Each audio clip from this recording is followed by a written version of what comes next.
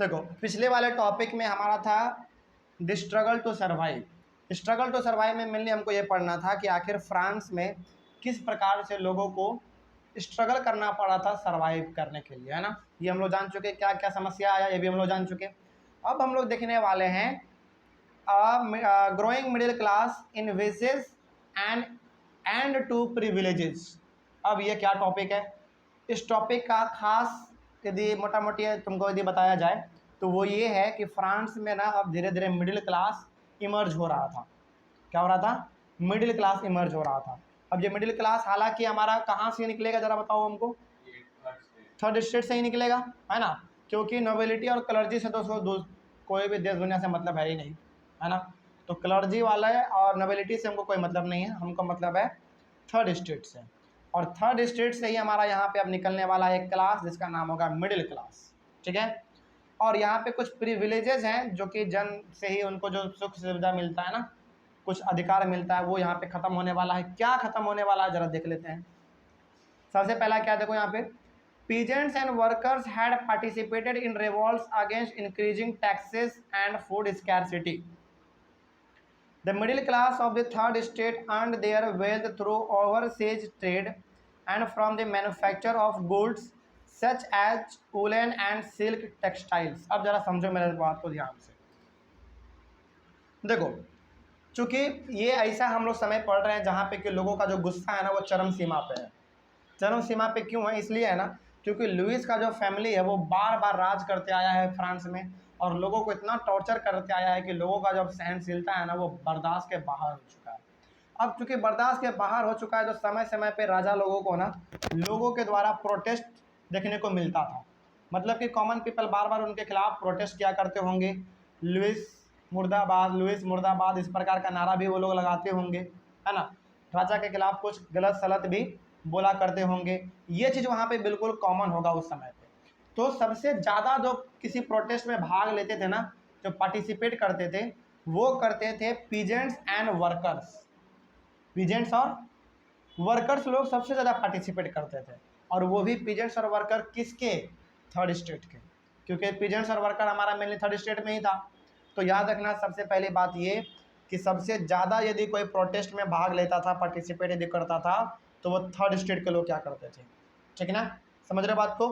और हाँ, प्रोटेस्ट ये लोग मेनली किसके खिलाफ करते होंगे, यहाँ पे साफ लिखा हुआ है, revolts against increasing taxes and food scarcity.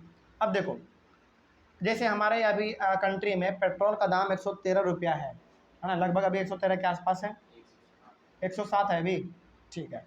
लेकिन 5 दिन पहले 113 रुपया के आसपास था, है ना। तो ये जो टैक्स मतलब कि ये जो पेट्रोल का प्राइस बढ़ रहा है, तो हम लोग किसको दोष देंगे ज़रा बताओ तो? गवर्नमेंट को दोष देंगे। जो हमारा गवर्नमेंट है, जो हमारा रिप्रेजेंटेटिव है, हमारा रिप्रेजेंटेटिव कौन है? नरेंद्र मोदी है ना, अभी कंट्री के हेड तो अभी फिलहाल वही हैं। तो हम लोग दोष देंगे प्रधानमंत्री जी को कि पेट्रोल का दाम इतना ज़्यादा क्यों है।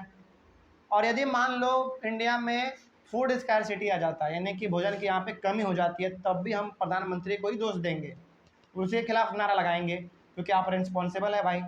हम आपको यदि अपना लीडर चुने हैं तो आपका रिस्पॉन्सिबिलिटी बनता है कि आप हमारा ख्याल रखिए, है ना। तो यदि इन सब चीज़ों के बारे में यदि इंडिया में ऐसा होता है तो हम लोग अपने लीडर को दोष देते हैं। वही चीज़ तो फ्रांस में हो रहा था। जब फ्रांस में टैक्स बढ़ेगा, फूड की कमी होगी, तो लोग किसको दोष देंगे? राजा को दोष देंगे ना। समझ रहे बात को। तो राजा को जो दोष दिया जाता था, यानी कि राजा के खिलाफ जो प्रोटेस्ट होता था, ये प्रोटेस्ट में मेनली थर्ड स्टेट के लोग पार्टिसिपेट ज़्यादा बढ़ चढ़ के हिस्सा लेते थे वो लोग, ठीक ना। उसके बाद फिर आगे क्या है, the middle class of third state earn their wealth through overseas trade and from the manufacture of goods such as woollen and silk textiles. लेकिन थर्ड स्टेट में बहुत सारे ऐसे भी लोग थे जो कि बहुत ही ज़्यादा प्रॉफिट कमा रहे थे, और वो प्रॉफिट इस प्रकार से कमा पा रहे थे, वो ओवरसीज ट्रेड क्या करते थे, मतलब कि एक कंट्री से दूसरे कंट्री सामानों को बेचते थे प्लस खरीदते थे। समझ रहे बात को। तो जैसे देखो सबसे पहली बात तो ये कि राजा लोग हैं तो उसको ट्रेड उरेड करने का मतलब है नहीं। उसको क्या मतलब है, बैठा बैठे उसको टैक्स मिल जा रहा है, उसका घर चल जा रहा है, तो उसको काम करने का क्या ज़रूरत है ना। उसके बाद फिर चर्च वाले लोगों को भी काम करने से क्या ज़रूरत है, कोई ज़रूरत नहीं है, उसको भी बैठे बैठे टैक्स आ रहा है ना।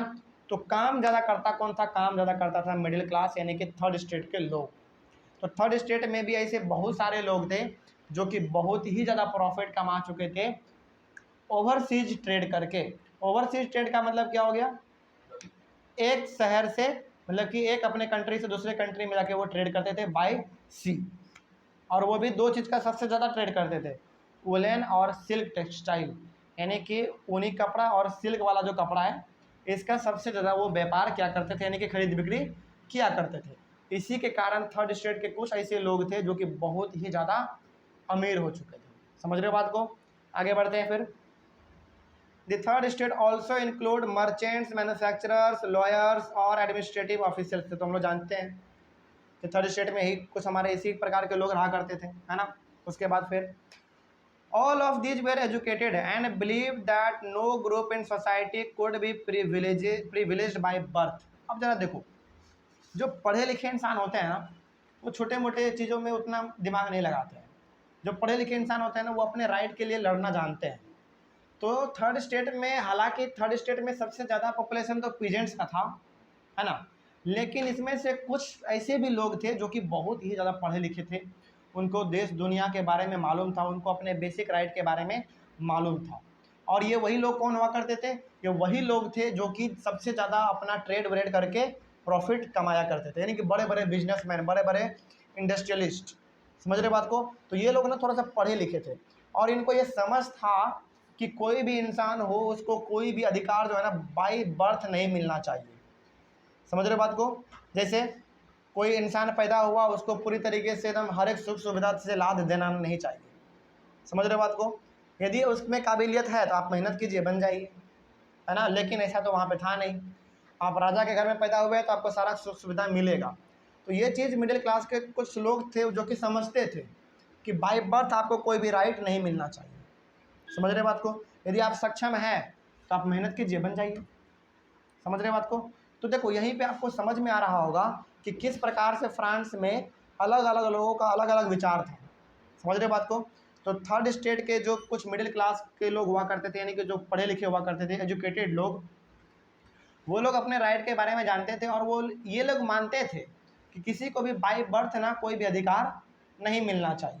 समझ रहे बात को? यदि आप में काबिलियत है तो आप मेहनत करके बन जाइए, उस चीज़ को हासिल कर लीजिए, ज़्यादा अच्छा रहेगा, है ना। तो वही यहाँ पे लिखा हुआ है, all of this were educated and believe that no group in society should be privileged by birth. By birth आपको कोई भी अधिकार नहीं मिलेगा। समझ गए बात को? चलो आगे फिर। They believe that a person social position must depend on his merit. कितना अच्छा बात कहा है और कितना अच्छा विचार है इन लोगों का, जरा देखो। ये लोग कहते थे ना कि किसी भी इंसान का समाज में क्या ओहदा रहेगा, क्या पोजीशन रहेगा, ये डिपेंड करेगा उसके मेरिट पे। मेरिट का मतलब ये कि वो अपने मेहनत से किस चीज़ को हासिल करा है। जैसे यदि आप देखें, जैसे हमारे समाज में आज IAS IPS का बहुत ज़्यादा वैल्यू है। क्यों वैल्यू है? क्योंकि वो मेहनत करके उस पोस्ट को हासिल करा है ना। लेकिन यदि किसी इंसान को जन्म हुआ और उसके भाग में आप पहले से लिख दिए कि आपको, आप बड़े होइए, आप पढ़िए या फिर ना पढ़िए, आपको IAS के पोस्ट पे बैठा दिया जाएगा। हालांकि ऐसा होगा नहीं इंडिया में, लेकिन मान लो यदि ऐसा होगा तो क्या सोसाइटी में उसको कोई भी इज्जत देगा? कभी नहीं इज्जत देगा। हर कोई कहेगा ये करप्ट इंसान है ना, बिना मेहनत के आके कुर्सी पे बैठ गया। तो इन लोगों का विचार देखो ज़रा, और ये विचार तुमको आगे कनेक्ट भी करवाएंगे हम कि इन लोगों का विचार इतना ज़्यादा पॉपुलर क्यों हुआ, क्यों थर्ड स्टेट के लोगों के कारण ही फ्रांस आज़ाद हो पाया, है ना। ये हमको बाद में मालूम चलेगा, लेकिन फ़िलहाल अभी ये समझो कि थर्ड स्टेट के बहुत सारे लोगों का ये मानना था कि किसी को भी बाय बर्थ कोई भी अधिकार नहीं मिलना चाहिए। यदि कोई सक्षम है तो उसको अपने मेरिट के हिसाब से उसको सोशल पोजीशन दिया जाएगा। मतलब कि समाज में आपका क्या स्तर रहेगा, समाज में आपका क्या पोजीशन रहेगा, ये डिपेंड करेगा आपके मेरिट पे। आप पढ़ लिख के आप क्या अचीव करते हैं, इसी के ऊपर आपका वैल्यू आपको दिया जाएगा। समझ रहे हो बात को? चलो हो गया आगे। They also believe that the society must be based on freedom. वो मानते थे कि सोसाइटी जो है ना वो पूरी तरीके से फ्रीडम होना चाहिए, यानी कि समाज में पूरी तरीके से आज़ादी होना चाहिए हर किसी को। जो हर कोई करना चाहे वो कर सकता है, जो कुछ करना चाहे वो हर कुछ कर सकता है ना। कितना अच्छा विचार है, जरा देखो इसको। इक्वल लॉज, नियम कानून सभी के लिए बराबर होना चाहिए। क्या फ्रांस में बराबर था? बिल्कुल भी नहीं था, है ना।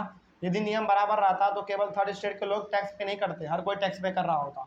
लेकिन इंडिया का आज देखो सिस्टम कितना, मतलब डेमोक्रेसी का यदि कहीं पे मिसाल दिया जाता है ना तो वो इंडिया को दिया जाता है। इंडिया में यदि आप देखें, चाहे वो कोई भी हो, बड़ा से बड़ा इंसान, छोटा से छोटा इंसान, यदि आप, हालांकि ये क्राइटेरिया है, यदि आप उस क्राइटेरिया को फुलफिल करते हैं तो आपको टैक्स पे करना पड़ेगा, है ना। चाहे वो कोई भी हो, प्रधानमंत्री हो, चाहे वो छोटा सा बिजनेस मैन ही क्यों ना हो, सबको टैक्स पे करना पड़ेगा। तो देख रहे हो हमारे इंडिया में क्या सिस्टम है, प्रधानमंत्री तक को टैक्स पे करना पड़ता है, समझ रहे हो। तो ये लोग मानते थे कि समाज में पूरी तरीके से आज़ादी होना चाहिए, हर किसी को हर कुछ करने का, इक्वल लॉ होना चाहिए, सभी के लिए नियम कानून बराबर होना चाहिए, एंड अपॉर्चुनिटीज़ फॉर ऑल, सभी के लिए बराबर अवसर का, यानी कि बराबर सबको मौका मिलना चाहिए। समझ रहे हो बात को, कोई डाउट इसमें अब। तो यहाँ पे हम लोगों को फ़िलहाल ये समझ में आ गया है कि फ्रांस में थर्ड स्टेट के अंदर ही एक ऐसा ग्रुप ऑफ पीपल था जो कि बहुत ही ज़्यादा पढ़े लिखे थे और वो समझते थे कि उनका बेसिक राइट क्या है ना। वो समझते थे कि आखिर एक इंसान का बेसिक राइट क्या होना चाहिए, समाज किस प्रकार से चलना चाहिए, इनके पास समझ था। समझ रहे हो बात को। तो यदि आपसे पूछे कि बेटा बताओ, थर्ड स्टेट के कुछ पढ़े लिखे इंसानों का क्या मानना था फ्रांस को लेकर, ये मानना था कि वो लोग ये चाहते थे कि सोसाइटी जो है ना, वो बाय बर्थ किसी को भी उतना प्रिविलेज ना मिलना चाहिए सोसाइटी में, है ना। यदि आप में काबिलियत है तो आप मेहनत करके बन जाइए, उस चीज़ को हासिल कर लीजिए, पहला ये हो गया। उसके बाद ये लोग विश्वास करते थे कि किसी भी लोगों का जो समाज में पोजीशन होगा वो उसके मेरिट पे आधारित होगा, तो नहीं कि उसके पोजीशन पे आधारित होगा, ठीक है। उसके बाद फिर समाज में फ्रीडम होना चाहिए, इक्वल लॉ होना चाहिए और अपॉर्चुनिटी सभी के लिए बराबर होना चाहिए, ये भी उन लोगों का कहना था। मतलब ये तुम कह सकते हो कि उनमें ना बहुत ही हाई लेवल का समझदारी था। और देखो ज़रा सोच के देखो, तो क्या वो लोग गलत कह रहे थे, क्या वो लोग गलत कह रहे थे, जरा क्या, ज़रा सा भी ज़रा सोचो तो। नहीं, गलत तो कहीं से भी नहीं लग रहा है, बिल्कुल सही बात है। वो क्यों किसी को बाय बात आप कोई अधिकार दे रहे हैं। यदि किसी का समाज में बहुत बड़ा पोस्ट है तो उसको उस पोजीशन के हिसाब से समाज में उसको इज्जत मिलेगा। समझ रहे हो बात को। तो इनका कहना बिल्कुल सही था, है ना। और इसी के बारे में अभी हम लोगों को और मालूम चलेगा कि देखो, यदि कोई इंसान, सबसे पहली बात तो ये बताओ हमको कि थर्ड स्टेट में कुछ ऐसे लोग थे जो कि बहुत ही पढ़े लिखे इंसान थे, और जब वो पढ़े लिखे इंसान है तो उसको अपने बेसिक राइट के बारे में मालूम है ना। पहला बात ये हो गया। दूसरी बात, यहाँ पे सबसे ज़्यादा जो इम्पोर्टेंट आता है ना सामने, वो आता है फिलोसफर्स का। फिलोसफर्स का मतलब ये हो गया कि ऐसे लोग होते हैं हमारे समाज में जिनको कि देश दुनियादारी के बारे में बहुत ही ज़्यादा समझ होता है। जैसे यदि आप कभी जैसे अभी हमारे ये रसिया और यूक्रेन में युद्ध चल रहा है ना, तो कभी टीवी न्यूज़ चैनल खोल के देखो, उसमें बड़े बड़े हिस्टोरियन ना टीवी पे आके डिबेट करते हैं। वो क्या बताते हैं, वो बताते हैं कि आखिर कौन जीतेगा कौन हारेगा, कौन पहले पीछे हटेगा। उनको मालूम है हिस्ट्री के बारे में, उनको मालूम है, उनको यूक्रेन का हिस्ट्री मालूम है, उनको रसिया का हिस्ट्री मालूम है। इसीलिए वो खुलेआम बता पाते हैं कि आखिर इसका रिजल्ट क्या आने वाला है, ये जो युद्ध हो रहा है यूक्रेन और रसिया के बीच में, इसका रिजल्ट क्या आने वाला है। तो उसी प्रकार से फ्रांस में उस समय पे कुछ फिलोसफर थे, बात समझ रहे हो। और फिलोसफर का मतलब ही क्या होता है, उसका काम ही क्या होता है, आइडिया देना, आइडिया को शेयर करना। तो थर्ड स्टेट में कुछ ऐसे फिलोसफर थे जो कि मिडिल क्लास को बहुत ही ज़्यादा, यानी कि थर्ड स्टेट को बहुत ही ज़्यादा आगे प्रमोट करते थे। वो क्या करते थे, अपने विचारों को लोगों के सामने रखते थे और थर्ड स्टेट के लोग उसके विचार को अडॉप्ट करते थे और अपने राइट के लिए वो लोग लड़ते थे, आवाज़ उठाते थे। समझ गए बात को, कोई डाउट इसमें। तो अब हम लोग अपने हाँ, यहीं पे अभी हम लोग पढ़ेंगे रोल ऑफ फिलोसफर्स के बारे में। लेकिन यहाँ तक कोई डाउट इसमें समझ में आ गया। तो अब यदि कोई पूछे कि फ्रांस में थर्ड स्टेट में जो मिडिल क्लास था उसका क्या रोल था, उसका रोल बहुत ही ज़्यादा बढ़ चढ़ के था, है ना, क्योंकि उन लोगों को अपना बेसिक राइट मालूम था। याद रखना कि इसी थर्ड स्टेट में ऐसे बहुत सारे लोग थे जो कि बहुत ही पढ़े लिखे इंसान थे, जिनको कि अपने राइट के बारे में मालूम था, और कहीं ना कहीं इन सभी को आगे अपने राइट को अचीव करने में पुश कर रहा था कौन, फिलोसफर। और ये फिलोसफर का रोल क्या है ये हम लोग अभी देख लेंगे।